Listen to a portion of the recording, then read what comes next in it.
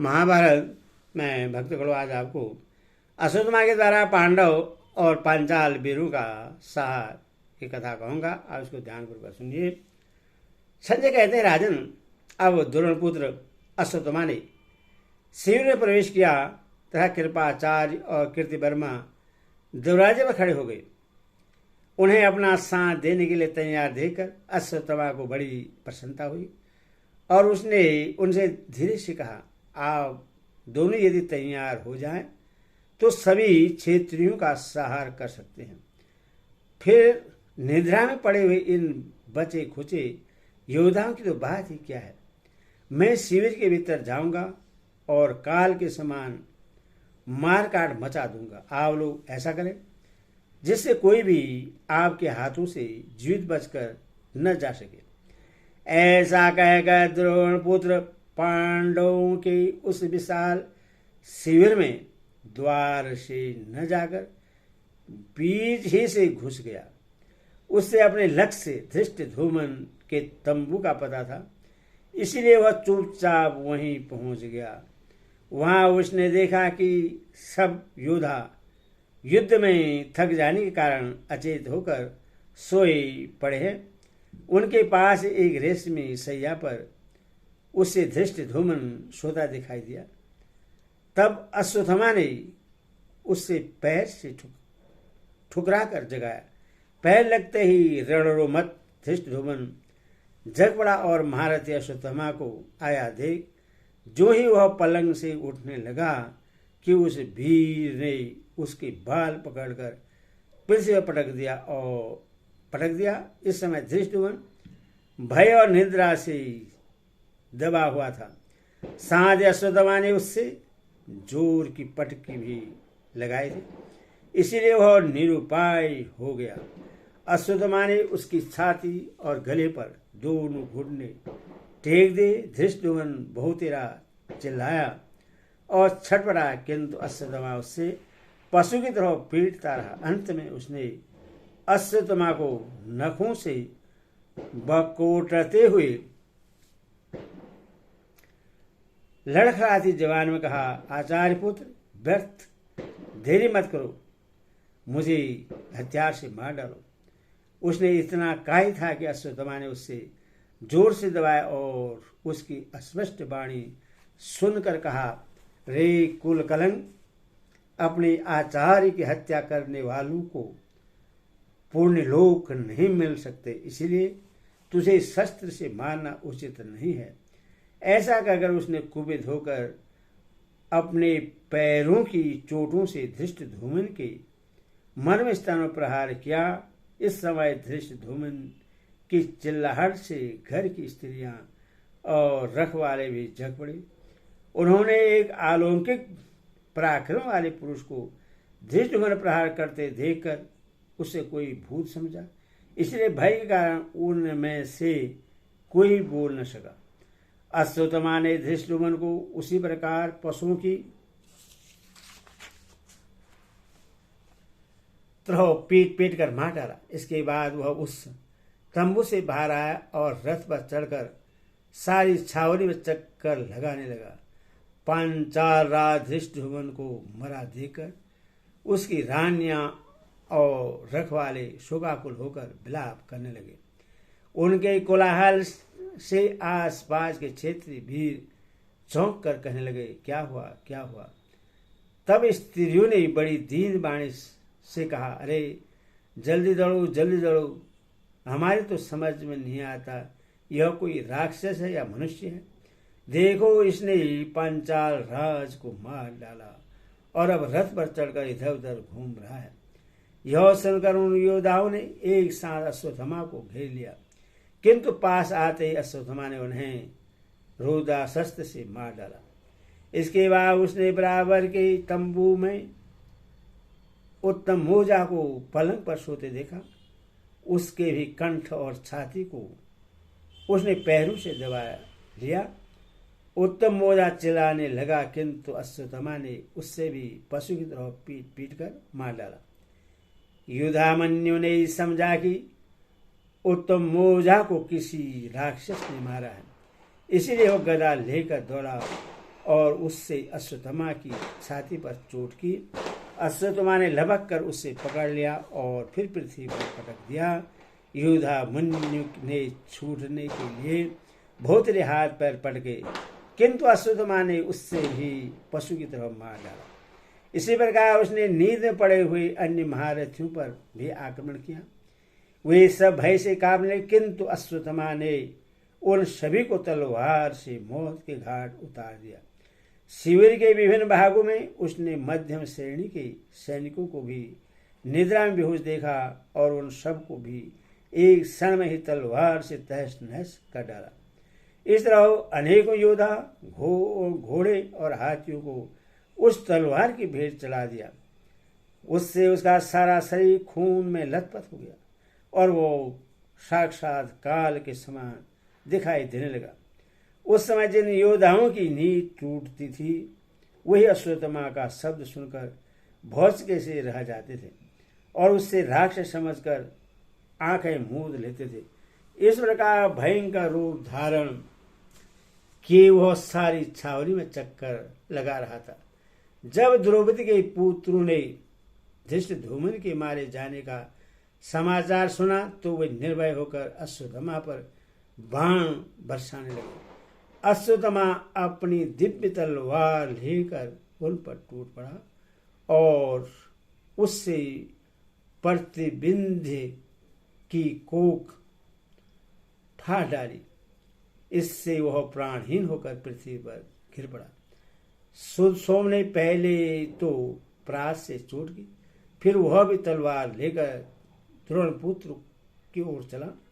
अश्वत्थामा ने तलवार के सहित उसकी वह भुजा काट डाली और फिर उसकी पसली पर प्रहार किया। इससे हृदय फट जाने के कारण वह पृथ्वी पर गिर पड़ा।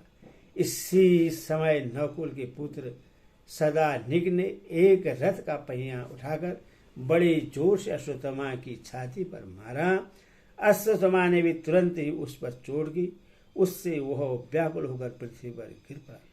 फिर अश्वत्थामा ने उसका सिर काट डाला। अब श्रुतकर्मा परिघ लेकर अश्वत्थामा की ओर चला और उसके बाएं गाल पर चोट की, किंतु अश्वत्थामा ने अपने तीखी तलवार से उसके मुंह पर ऐसा वार किया कि जिससे उसका चेहरा बिगड़ गया और वह बेहोश होकर पृथ्वी पर जा पड़ा।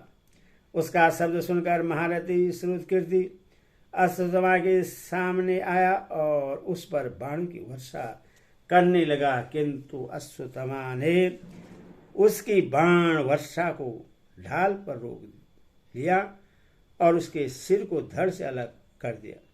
इसके बाद उसने तरह तरह के शस्त्रों से श्रीखंडी और परभद्र वीरों को मारना आरंभ किया। उसने एक बाण से श्रीखंडी की भृकुटियों के बीच में चोट की और फिर पास जाकर तलवार के एक ही हाथ से उसके 2 टुकड़े कर दिए। इस प्रकार शिखंडी को मारकर वह अत्यंत क्रोध में भर गया और बड़े वेग से परभद्र को पर टूट पड़ा। राजा विराट की जो कुछ सेना बची थी उसे उसने एकदम कुचल डाला तथा राजा द्रुपद के पुत्र पौत्र और संबंधियों को खोज खोज कर मौत के घाट उतार दिया। अश्वत्थामा का सिंहनाद सुनकर पांडवों की सेना में सैकड़ों हजारों वीर जाग पड़े। उसने उनमें से किसी के पैर, किसी की जांघें और किसी की पसलियां काट डाली। उन सभी को बहुत अधिक कुचल दिया गया था। इससे वे भयानक चित्कार कर रहे थे। इस प्रकार घोड़े और हाथियों के बिगड़ जाने से भी अनेकों योद्धा पिस गए थे। उन सब के लोथों से सारी रणभूमि पट गई थी। घायल वीर, यह क्या है, कौन है, किसका शब्द है, यह क्या कर ढला, इस प्रकार चिल्ला रहे थे।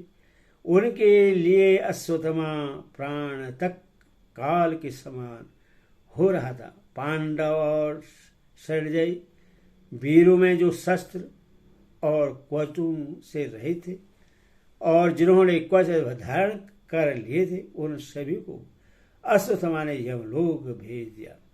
जो लोग नींद के कारण अंधे और अचेत से हो रहे थे वे उसके शब्द से चौंक कर उछल पड़े, किंतु फिर भयभीत होकर जहां तहां छिप गए। डर के मारे उनकी घिघी बंध गई और वे एक दूसरे से लिपट कर बैठ गए।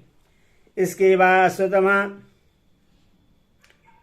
फिर अपने रथ पर सवार हुआ और हाथ में धनुष लेकर दूसरे योद्धाओं को यमराज के हवाले करने लगा। फिर वह हाथ में ढाल तलवार लेकर उस सारी छावनी में चक्कर लगाने लगा। अश्वत्थामा का सियानाद सुनकर योद्धा लोग चौंक पड़ते थे, किंतु निद्रा भय से व्याकुल होने के कारण अचेत से होकर इधर उधर भाग जाते थे। उनमें से कोई बुरी तरह चिल्लाने लगते थे और कोई अनेकों उटपटांग बातें करने लगते थे। उनके बाल बिखरे हुए थे, इसीलिए आपस में एक दूसरे को पहचान भी नहीं पाते थे।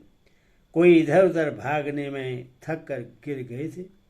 उन्हीं को चक्कर आ रहा था, किन्हीं को चक्कर आ रहा था, किन्हीं का मलमूत्र निकल गया था।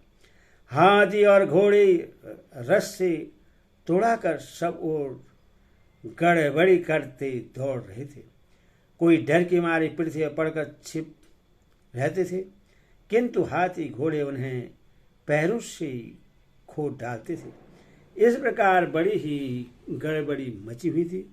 लोगों ने इधर उधर दौड़ने से बड़ी धूल छा गई, जिससे उस रात्रि के समय शिविर में दूना अंधकार हो गया। उस समय पिता पुत्र को, भाई भाइयों को नहीं पहचान पाते थे। हाथी हाथियों पर और बिना सवार के घोड़े घोड़ों पर टूट पड़े। एक दूसरे पर चोट करते घायल होकर पृथ्वी पर लौटने लगे। बहुत से लोग निद्रा में अचेत पड़े थे। वे अंधेरे में उठकर आपस में ही आघात करके एक दूसरे को गिराने लगे। देवश उनकी बुद्धि नष्ट हो गई थी। वे हातात हा पुत्र इस प्रकार चिल्लाते हुए अपने बंधु बांधवों को छोड़कर इधर उधर भागने लगे। बहुत से तो हाय हाय करते पृथ्वी पर गिर पड़े। अनेकों बेर यंत्र और कवचों के बिना ही शिविर से बाहर जाना चाहते थे। उनके बाल खुले हुए थे और वे हाथ जोड़े भय से थर थर कांप रहे थे। तो भी कृपाचार्य और कीर्तिवर्मा ने शिविर से बाहर निकलने पर किसी को जीवित नहीं छोड़ा। उन दोनों ने अश्वत्थामा को प्रश्न करने के लिए शिविर के तीन ओर आग लगा दी। इससे सारी छावनी में उजाला हो गया और उसकी सहायता से अश्वत्थामा हाथ में तलवार लेकर सब ओर घूमने लगा। इसी समय उसने अपने सामने आने वाले और पेट दिखाकर भागने वाले दोनों ही प्रकार के योद्धाओं को तलवार के घाट उतार दिया। किन्हीं किन्हीं को उसने तिल के पौधे के समान बीच ही से दो करके गिरा दिया। इस प्रकार उसने किन्हीं के शस्त्र सहित भुजदंड को, किन्हीं के सिरों को, किन्हीं के जंघों को, किन्हीं के पैरों को, किन्हीं की पीठ को और किन्हीं की पसलियों को तलवार से उड़ा दिया। इस प्रकार उसने किसी का मुंह फेर दिया, किसी को कर्णहीन कर डाला, किन्हीं के कंधे पर चोट करके उनका सिर शरीर में घुसेड़ दिया। इस प्रकार वह अनेकों वीरों का सहार करता शिविर में घूमने लगा। उस समय अंधकार के कारण रात बड़ी भयावनी हो रही थी। हजारों मरे अधमरे मनुष्यों से तथा अनेकों हाथी घोड़ों से पटी हुई पृथ्वी को देखकर हृदय कांप उठता था। लोग हाहाकार करते हुए आपस में कह रहे थे, भाई आज पांडवों के पास न रहने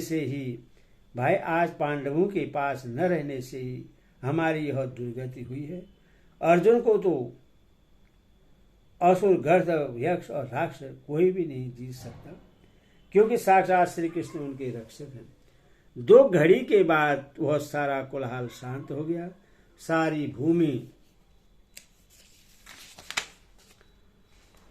खून से तर हो गई। इसीलिए एक क्षण में ही वह भयानक धूल दब गई। अश्वत्थामा ने क्रोध में भरकर ऐसे हजारों वीरों को मार डाला जो किसी प्रकार प्राण बचाने के प्रयत्न में लगे हुए थे, एकदम घबराए हुए थे और जिनके तनिक भी उत्साह नहीं था, जो एक दूसरे से लिपट कर पड़ गए थे, शिविर छोड़कर भाग रहे थे, छिपे हुए थे अथवा किसी प्रकार लड़ रहे थे। उनमें से भी किसी को उसने जीवित नहीं छोड़ा। जो लोग आग में झूल से जाते थे और जो आपस में ही मार काट कर रहे थे, उन्हें भी उसने यमराज के हवाले कर दिया। राजन इस प्रकार उस आधी रात के समय द्रुपद पुत्र ने पांडवों की उस विशाल सेना को बात की बात में यमलोक पहुंचा दिया। पौ फटते ही अश्वत्थामा ने शिविर से बाहर आने का विचार किया। उस समय रक्त से सनकर वह तलवार इस प्रकार उसके हाथ से चिपक गई थी कि मानो वह उसी का एक अंग हो।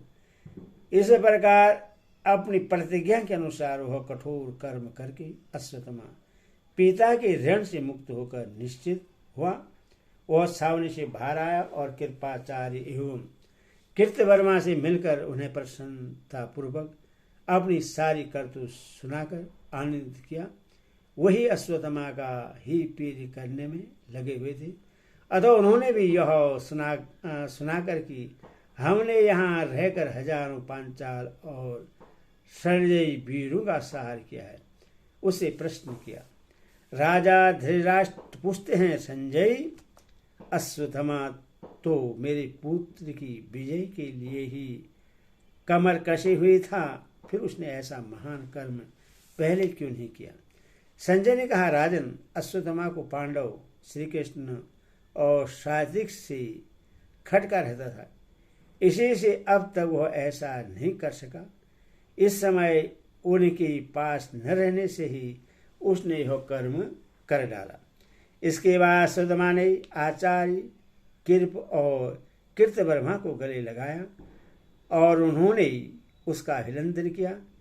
फिर उसने हर्ष में भरकर कहा, मैंने समस्त पांचालों को, द्रौपदी के 5 पुत्रों को और संग्राम में बचे हुए सभी मत्स्य एवं सोमक वीरों को नष्ट कर डाला है। अब हमारा काम पूरा हो गया, इसीलिए जहाँ राजा दुर्योधन हैं वहीं चलना चाहिए। यदि वे जीवित हों तो उन्हें भी यह समाचार सुना दिया जाए। हरि ओम।